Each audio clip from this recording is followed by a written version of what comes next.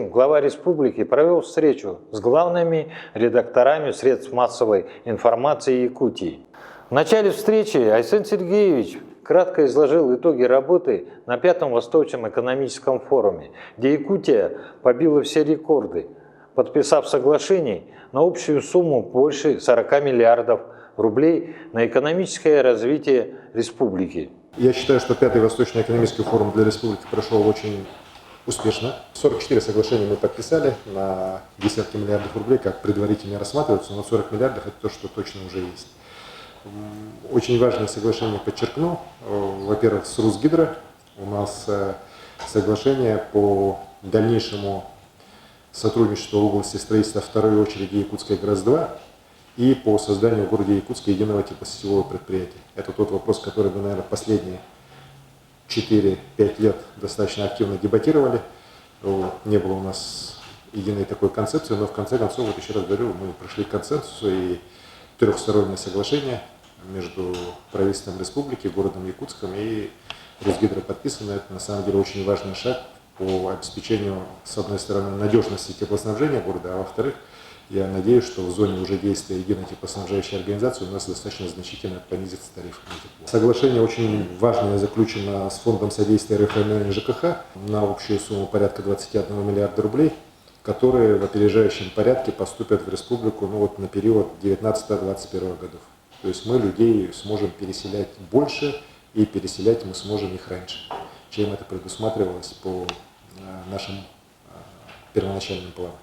Конечно же, для людей, которые у нас в аварийных домах живут, это очень важное и очень нужное решение.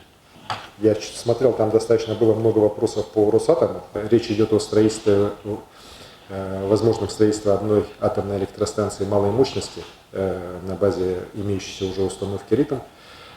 Сейчас Росатом совместно с нашими министерствами и ведомствами ведет работу по поиску участка. Участок этот, скорее всего, будет выбран в зоне тех месторождений, которые на сегодняшний день не разрабатываются и только из-за того, что энергетика в этих районах отсутствует, и ее там работа, например, на основе дизельной электростанции, она чрезвычайно дорогая. Такие месторождения у нас по северу есть. И, конечно же, это будут достаточно безлюдные места. Проект, он на самом деле схож с плавучей электростанцией атомной, которую сегодня Росатом реализовал. У технических специалистов и руководства Росатома есть уверенность, что такую станцию они в условиях крайнего севера у нас могут построить. Посмотрим, и этот проект на самом деле очень будет интересен. Если он реализуется, то, во-первых, и промышленность там у нас может ожить так, а во-вторых, конечно же, мы будем смотреть, чтобы близлежащие населенные пункты все-таки оттуда электричеством дешевым обеспечить. Подписано у нас соглашение с Ростелекомом одно соглашение у нас Ростелеком Магаданской области, Республика Саха-Якутия. Это строительство волоконно-оптической линии связи по маршруту Якутск, Уснера, Сусуман, Ягодный, Магадан. Для нас это очень важно, то, что Ростелеком построит через Хандыгу до Уснера линию, современную, это уже будет вторая линия, первая, знаете, коммерческая, она очень в таком нестабильном режиме работает. Мы уверены, что это позволит, во-первых, кратно увеличить надежность этой линии до Уснера, а во-вторых, от Уснера все-таки мы в той части будем уже смотреть отпайку в дальнейшем с Ростелекомом на Колыму с выходом до Черского. Тоже такой для нас будет очень важный проект будущего.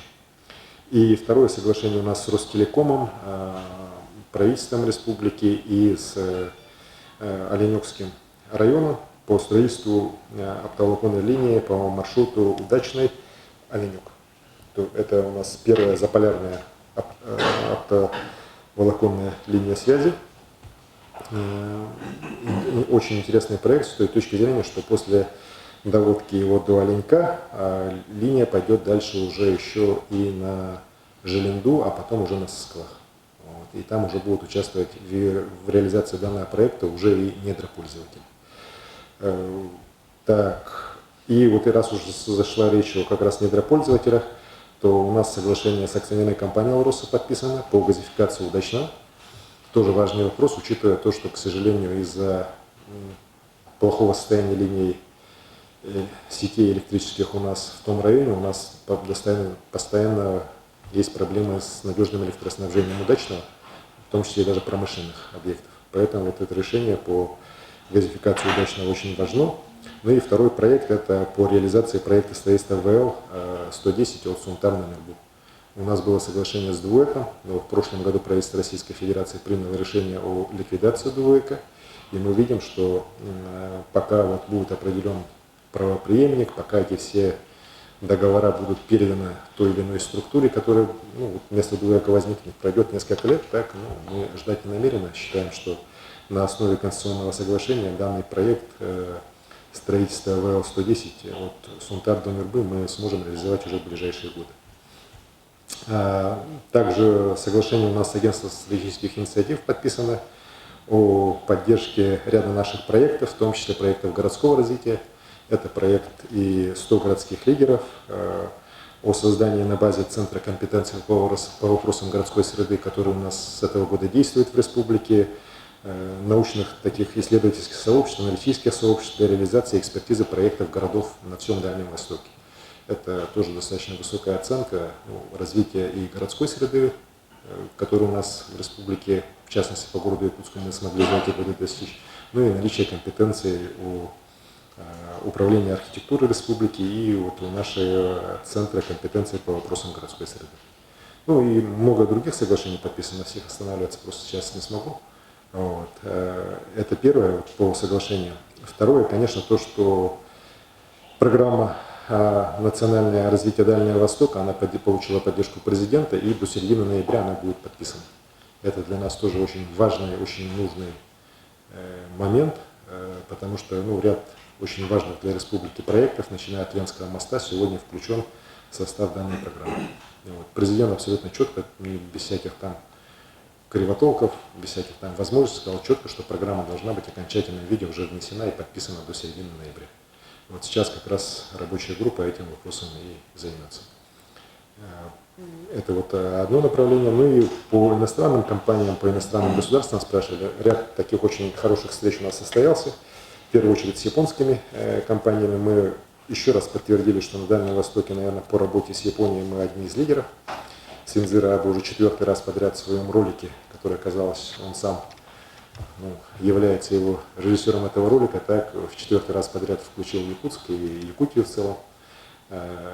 И провел я встречу с министром экономики Японии Сека, с руководителем крупнейшего государственного банка Японии Джебик господином Маеда по реализации наших проектов. Были подписаны ряд соглашений, в том числе вот по финансированию третьей очереди тепличного комплекса подписано соглашение по уже юридически обязывающее, и через Внешэкономбанк, через Фонд развития Дальнего Востока будут выделяться средства японской стороной. Также подписано соглашение ряд по возможности участия японских компаний в финансировании таких проектов, как, например, реконструкция международного терминала аэропорта города Якутска. Поэтому и по направлениям иностранных государств я считаю, что форум достаточно хороший. Еще раз подчеркну, что у нас соглашения в этом году, все-таки в отличие от других, они абсолютно такие, реализуемые и уже рабочие. То есть это то, что я перечислил, это никакие не протоколы намерения, это то, что мы реально должны уже в ближайшие годы на территории республики реализовать. Мне интересно, а каким-то образом в Восточном форуме участвовал ли IT-парк, и какие были результаты? Если вы... Конечно же, IT-отрасль Якутии, она пользовалась очень большим вниманием. Мы на самом деле сегодня безусловные лидеры Дальнего Востока. По экспорту услуг по прошлому году экспорт IT-услуг с Дальнего Востока 75% это Якутия. Это уже причем не миллионы, а уже за 10 миллионов долларов, где-то 16 миллионов долларов. И эта цифра будет только расти. Конечно же, и IT-парк, и его резиденты участвовали в программах Восточного форума, получили хорошую оценку. Хочу сказать, что на полях форума был подписан у нас как раз уже юридически обязывающий договор между веб-инновацией и нашей вечерной компанией о создании совместного фонда с первоначальным объемом 300 миллионов рублей с возможностью увеличения до 2 миллиардов. В прошлом году на ВЭФе было просто протокол намерений в этой части, а сейчас уже юридически обязывающее соглашение подписано, этот фонд в ближайшее время уже начнет поддерживать те или иные стартапы. И хочу сказать, об этом я тоже на форуме объявил, что с 17 сентября стартует по инициативе Якутии, поддержанная Министерством развития Дальнего Востока, институтами развития Дальнего Востока, стартап-экспедиция. Это наш аналог стартап-тура российского, у нас будет дальневосточный, пройдет по всем дальневосточным столицам и финиширует 1 декабря здесь, в городе Якутске. И я надеюсь, что в результате этого тура, этой стартап-экспедиции, ряд проектов из других регионов могут быть реализованы здесь, на территории IT-парка. Сила Сибири. Да. Когда ее запустят на полную катушку, подсчитывали ли миллиарды каких-то других показателей? Что это даст республике конкретно? Ну, по силе Сибири. Сегодня идет заполнение всей полости трубы газа. И 1 декабря этого года газ по силе Сибири пойдет уже на Китайскую Народную Республику. Мы сейчас уже после запуска силы Сибири, после его начала работы, конечно же, сейчас будем ставить вопрос перед «Газпромом» по созданию на территории Республики Саха-Якутия обособленного предприятия. Потому что на сегодняшний день пока запуска нет, поэтому у нас в основном работают строительные компании газпромовские, которые не зарегистрированы здесь, соответственно, налогов здесь платят, но платят мало. Да? В этой части договоренности у нас определенные есть, и я думаю, что решение в течение 2020 года будет принято. При этом, конечно, хочу сказать, что этот проект, он в свое время получил достаточно большие налоговые льготы и по республике, и в целом федеральные льготы. Поэтому, например, налог на имущество там до 1935 года мы от них получать в этой части не будем. Но при случае создания, еще раз говорю, здесь обособленное предприятие, я думаю, что и по другим налогам достаточно серьезные цифры у нас могут фигурировать. Мы обязательно это будем отрабатывать. Например, газовая промышленность в Якутии, она никак не меньше будет, чем нефтяная промышленность. По нефтянке могу сказать, что сегодня уже Сургутнефтегаз и Тасуряхнефтегаз Добыча, они вышли на 2-3 место в списке налогоплательщиков Республики Саха-Якутия, и сегодня реально платят уже очень ощутимые суммы для нашего государственного бюджета Республики Саха.